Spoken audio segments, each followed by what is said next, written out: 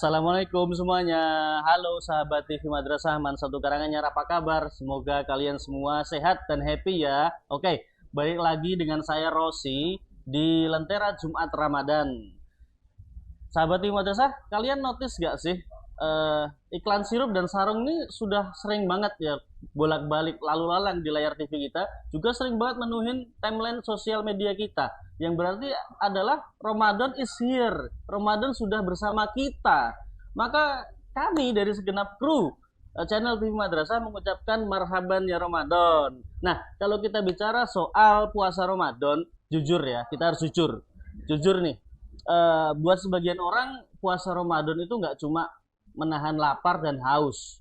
Tidak juga cuma nungguin azan maghrib, apalagi berburu wartakjil gitu ya, wartakjil. Ada satu sisi dari sebuah bulan puasa Ramadan yang justru kadang kita abaikan, namun ini sisi yang membuat deg-degan, yaitu sisi suasana di rumah ketika di bulan Ramadan. Mulai dari drama untuk memilih menu buka puasa, sahur, kemudian drama interogasi oleh orang tua ketika kita untuk buka puasa bersama di luar, sampai drama sepinya orang-orang yang tidak bisa balik ke rumah ketika bulan Ramadan.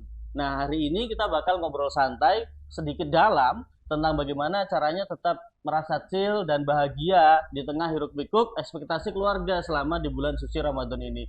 Yuk langsung saja kita kupas tuntas di episode Ramadan, keluarga, dan segala rasanya. Nah, hari ini bersama narasumber kita Bapak Zainal Arifin, SAG, SPDI, MA, MPDI. Beliau adalah Sekretaris Komite di Madrasah Aliyah Negeri 1 Karanganyar, sekaligus Kepala SMP Darul Arkom. Dan juga beliau adalah sosok yang sangat aktif sekali dalam kegiatan sosial di Karanganyar maupun di sekitarnya. Nah, sahabat TV Madrasah, Ramadan adalah bulan yang sangat unik sekali, tidak hanya bulan suci, justru bulan yang sangat unik sekali karena ada rasa-rasa yang berbeda ketika di bulan Ramadan, di mana di bulan ini meja makan yang biasanya tidak dihuni atau kita jarang ketemu, justru di bulan Ramadan menjadi tempat yang sakral untuk perkumpulan keluarga ketika menunggu buka puasa. Menjadi kumpul yang paling sakral, dan juga yang biasanya bangun siang justru menjadi orang yang bangunnya paling pagi untuk membangunkan keluarga yang sahur begitu. Juga ada juga yang ketika hari-hari biasa jarang ngobrol dengan keluarganya, di bulan puasa mereka menjadi punya quality time untuk ngobrol dan bercanda dengan orang tua dan keluarganya. Dari banyaknya hal yang berubah di dalam bulan puasa ini, mulai dari pola tidur, menu makanan, lonjakan frekuensi ibadah, sampai cara kita berkomunikasi antara satu dan yang lainnya.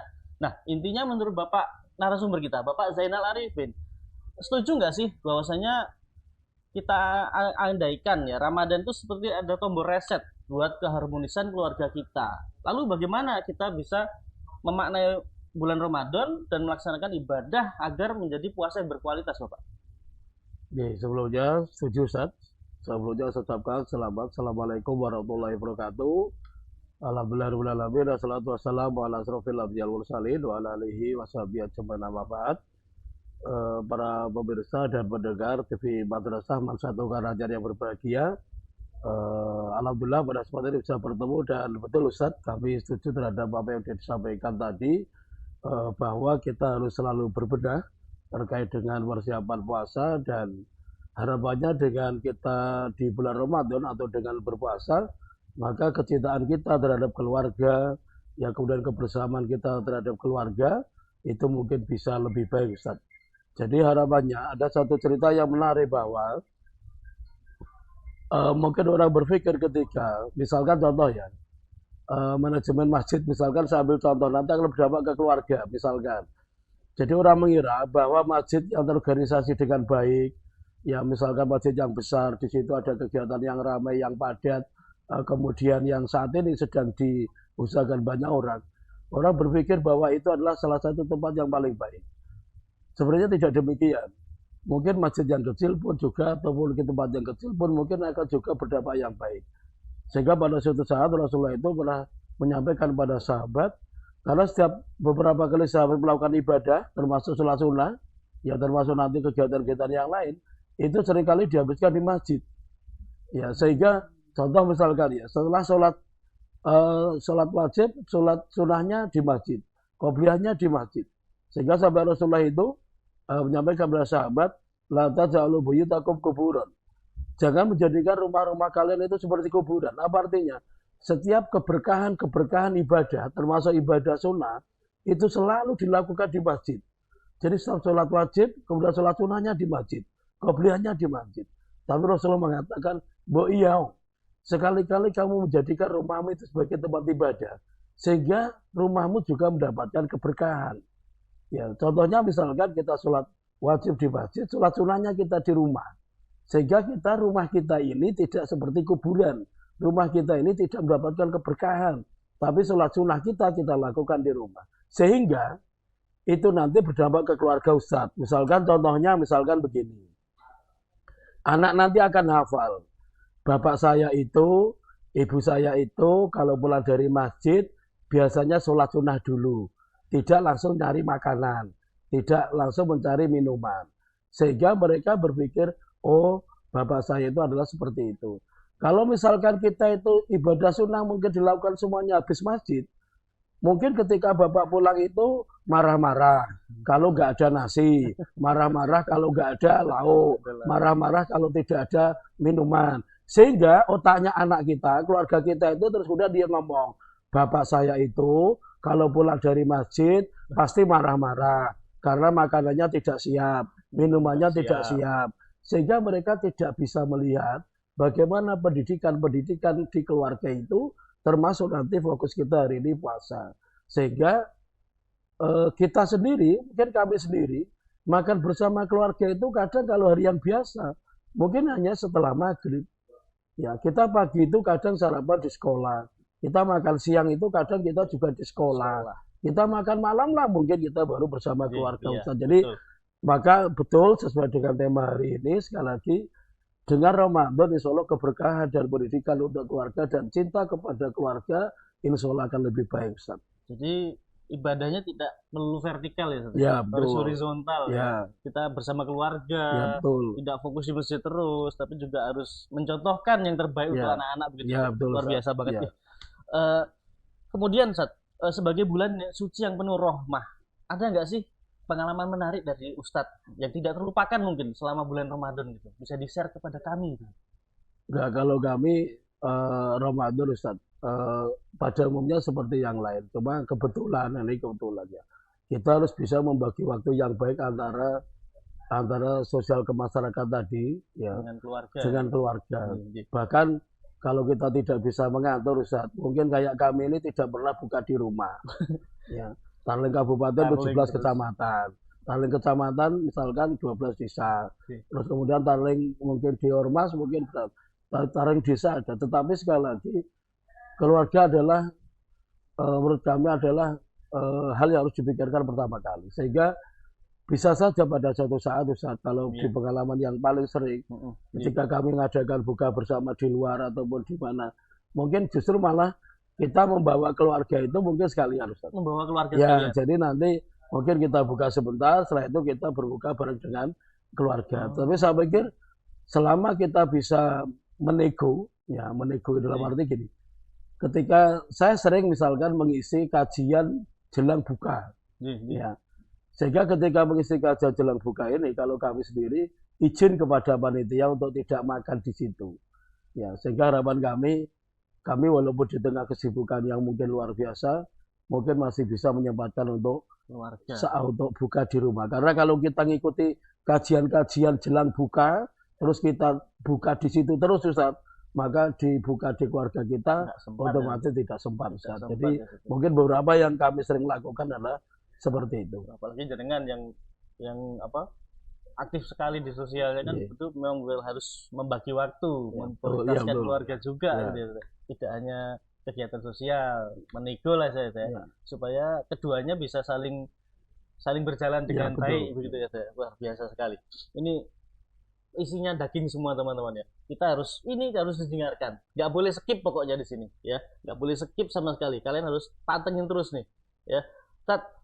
Sebagai bulan yang penuh maghfirah, bulan yang penuh pengampunan di bulan Ramadan ini, adakah tips untuk kita, bagaimana cara berkomunikasi yang baik antara anak-anak dengan orang tua dengan anak-anak, karena seringkali kita sebagai orang tua ngomong berkomunikasi dengan anak itu kadang-kadang selepasnya itu tidak di manage kadang-kadang lah.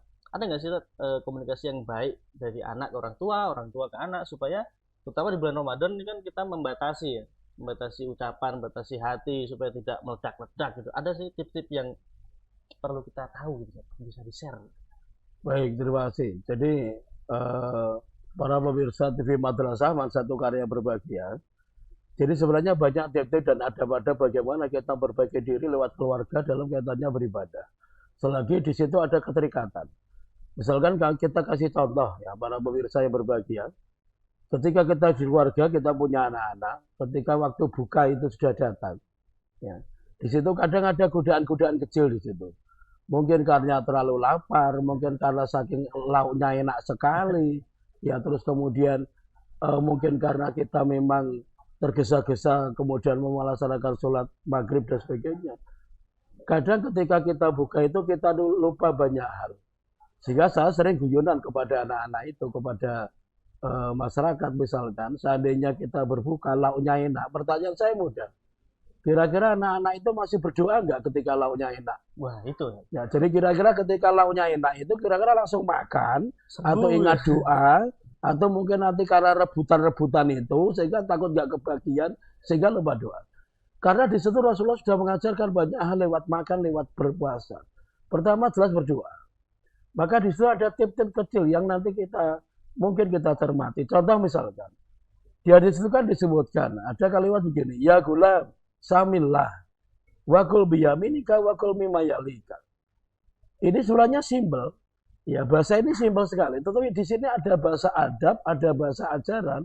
Bagaimana ketika kita berkumpul, berkeluarga, dan yang lain, ketika makan bersama. Apa yang pertama kita sampaikan kepada anak-anak kita. Sehingga nanti kita tidak banyak dosa. Karena ketika kita tidak menyampaikan berapa hal kepada anak-anak kita, dosanya ke orang tua. Karena orang tua itulah yang menjadi penyebab nanti anak itu termasuk salah satunya masuk surga neraka. Misalkan di hadis tadi sampaikan, ya gulam samillah. Ya anakku makanlah pakai tangan kanan. Ya di situ bismillah dulu. Ya gulam, ya anak. Kalau makan bacalah bismillah. Itu doa. Ya, yang pertama kita ngajarkan kepada anak, kepada keluarga, kepada kita semuanya. Ketika kita makan kita baca bismillah. Ya gulam samillah. Yang kedua kul biyaminika. Makanlah dengan tangan kanan. Sehingga harapan kita sampai ada hal, seandainya pun siapapun mungkin yang melakukan aktivitas pakai tangan kiri, berolahraga pakai tangan kiri atau menulis pakai tangan kiri, belajarlah sampai ada kata-kata himbauan untuk khusus makan dan minum ini, latihanlah pakai tangan kanan. Ya, walaupun olahraganya dengan kiri, kemudian nulisnya dengan kiri, tapi minum dan bikin seperti itu. Dan yang terakhir, wakul mimayalika. Kita diajarkan kalau makan itu tidak boleh mengambil yang jauh. Ya. Di situ ada dua pelajaran. Yang pertama, yang makanan lauknya di depannya enak harus digeser ke yang lain. Ya. Dan kita yang misalkan di depan kita ini mungkin contoh ya misalkan kebetulan di depan kita sambal semua, kan otomatis kita nggak enak. Sementara yang dingkleng, gulai dan sebagainya di depan sana. Maka caranya adalah yang makanan semuanya kita putar, kita geser. Sehingga istilah mengambil di tempat yang jauh itu tidak akan ada. Maka disinilah ada pelajaran baca bismillah, kemudian dengan tangan kanan, dengan mengambil yang paling dekat. Nah, itu Ustaz yang dimaksud bahwa puasa ini dengan buka, sahur yang intensitasnya luar biasa. Dan ini tidak ada yang ngalahkan. Makan, minum bersama keluarga, bersama-sama dengan sedemikian hebat ini hampir tidak bisa dilakukan kecuali di Ramadan. Betul. Kalau hari biasa mungkin semuanya mungkin hanya berbeda. Mungkin gitu Ustaz ya. Luar biasa sekali. Jadi memang tanpa sadar ya, kadang-kadang kita buka puasa tuh langsung nyomot-nyomot, nggak berdoa gitu. Terus tadi misalkan tidak diputar tapi langsung ambil yang paling jauh gitu. Ini tips-tips ya, luar biasa banget isinya dari Ustadz Zainal Arifin ini. Nah, mungkin kalau saya challenge dengan episode kita kan tentang Ramadan, keluarga dan segala rasanya. Ada nggak sih satu kalimat atau mungkin 5 kata saja untuk menjelaskan tentang itu? Ya kalau kami apapun yang terjadi bela keluarga, Bila ya keluarga. bela keluarga dalam arti sahur dan buka bersama keluarga itu adalah hal yang luar biasa. Jadi kalau misalkan kita boleh mungkin menolak, tidak mengiyakan ataupun apa, saya pikir ketika kita ikuti kegiatan kemana-mana dan sebagainya, nah menurut saya, Iya. tolong sedikit dikurangi. Karena kalau nanti kita itu mengikuti semua itu sangat susah. Reuni SD, reuni SMP, Buka puasa reuni bersama. SMA, buka puasa bersama, terus Nggak kemudian ada nanti apa habisnya itu tidak ada habisnya. Sehingga keluarga adalah keluarga yang perlu dibela, Iya. dibantu, ya kemudian kita perjuangkan apa adanya sehingga dalam arti kita bisa lebih rukun, lebih baik dan sekali lagi kita mengajarkan banyak hal. Seperti yang sampaikan tadi, ceritanya simpel saja. Oh, ternyata bapakku itu kalau Wah, makan baca bismillah. Oh, ternyata bapakku itu kalau makan pakai tangan kanan. Oh, ternyata bapakku itu kalau makan tidak mengambil yang jauh. Oh, ternyata bapakku itu kalau misalkan puasa melakukan kebaikan-kebaikan, tidak harus tidur, tidak hanya tidur tapi melakukannya. Dan itulah pendidikan yang seutuhnya yang bisa diajarkan kita sebagai keluarga kepada anak. Karena kalau di madrasah, di sekolah sangat terbatas. Karena di sekolah itu nanti judulnya pembelajaran. iya, Ya bukan makan dan minum bagaimana caranya. pembelajaran. Mungkin itu Ustaz. Iya, terima kasih Mas Zainal. Luar biasa sekali. Eh, nggak kerasa ya, nggak kerasa banget. Apa waktu kita sahabat madrasah, obrolan kita hari ini bareng Bapak Ustadz Zainal ini benar-benar menambah wawasan kita. It's open our minds ya. Ternyata Ramadan itu bukan cuma soal menahan lapar, tapi juga soal bagaimana mengisi tangki cinta di dalam rumah lewat yang namanya momen-momen di bulan Ramadan seperti sahur, buka puasa, hingga yang namanya ibadah bersama-sama. Maka pesan penting yang bisa kita petik dari hari ini adalah satu, yang pertama jangan terlalu terjebak pada ibadah yang vertikal. Kita harus juga horizontal, menyeimbangkan ibadah kepada Allah juga bisa menyontohkan dengan keluarga. Kemudian tadi ketika buka puasa jangan langsung nyomot, berdoa dulu, makan dengan tangan kanan dan jangan ngambil yang jauh, artinya diputar makannya supaya semuanya terbagi rata, begitu ya Ustaz ya. Luar biasa sekali. Eh, Terima kasih banyak Bapak Zainal, Ustadz Zainal atas inspirasi dan waktu chillnya hari ini. Semoga keluarga kita semua bisa menjadi keluarga yang makin solid dan penuh berkah di bulan Ramadan ini. Sebelum saya pamit, ya ada satu lagi info bagi kalian semua yang nggak boleh di skip tentunya, yaitu PPDB Man 1 Karanganyar gelombang pertama online mulai dari tanggal 9 sampai 14 Februari 2026 dan gelombang kedua 13 sampai 20 April 2026. Nah, untuk sahabat TV Madrasah yang mendengarkan dimanapun Anda berada, tertarik dengan madrasah, tertarik dengan pendidikan yang menyeimbangkan antara ilmu dan agama, silahkan bisa langsung daftar, cari infonya untuk masuk di Madrasah Man 1 Karanganyar. Saya Rosi pamit undur diri. Selamat melaksanakan ibadah puasa di bulan suci Ramadan dan jangan lupa untuk terus menebar kebaikan. Wassalamualaikum warahmatullahi wabarakatuh. Stay safe, stay healthy, stay slay. Terima kasih.